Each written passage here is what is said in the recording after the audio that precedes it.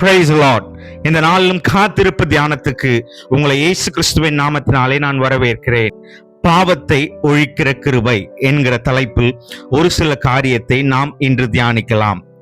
ஏசாயா 1 அதிகாரம் 18 வழக்காடுவோம் வாருங்கள் என்று கர்த்தர் சொல்கிறார். உங்கள் பாவங்கள் சிவேரென்று இருந்தாலும் உறைந்த மலையைப் போல் வெண்மையாகும். அவைகள் இரத்தாம்பர சிவப்பாயிருந்தாலும் பஞ்சை போல் ஆகும். ஆங்கிலத்தில் NIV மொழிபெயர்ப்பில் come let us settle the matter says the Lord. இதற்கு ஒரு முடிவை கொண்டு வருவோம், என்னிடமாய் வாருங்கள் என்று தேவன் அழைக்கிறார். எதற்கு? உங்கள் பாவங்களுக்கும் அக்கிரமத்திற்கும். எது பாவம்? இயேசு கிறிஸ்துவின் விருப்பத்திற்கும் எதிரான எந்த எண்ணமும் வார்த்தையும் அல்லது செயலும் பாவமே. இப்பொழுது தேவன் தன் பட்சமாய் அழைக்கிறார். கிருபையினால். எதற்கு? நம் பாவங்களுக்கு முடிவு கொண்டு வர, நமக்கல்ல. எப்படி? பாவத்துக்கு சம்பளம் மரணமாய் இருக்க தேவன் நம் பாவங்களை மன்னித்து கிருபையினால் நித்திய ஜீவனை தந்தார்.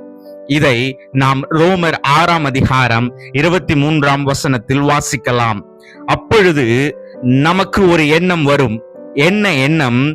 நாம் எவ்வளவாய் பாவம் செய்தாலும் அவ்வளவாய் கிருபை நம் பாவங்களை மூடும் என்பதாய். ஆனால் அப்படி அல்ல. ரோமர் 6 அதிகாரம் 2 என்ன சொல்லுகிறது?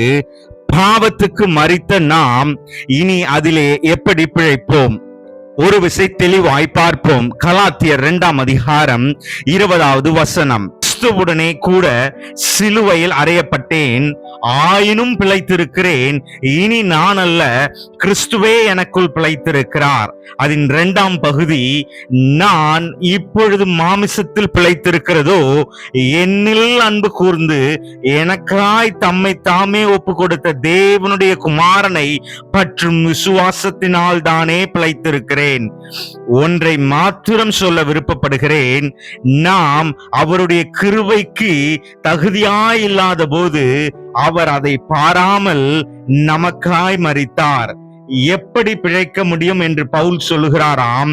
அவரை பற்றி கொள்வதின் மூலமாய்தானே நமக்கு கிருபையும் கிடைத்து பிழைப்போம், நித்திய ஜீவனையும் அடையலாம். கர்த்தர் உங்களோடு கூட இருப்பாராக, உங்களை ஆசீர்வதிப்பாராக. ஆமென்.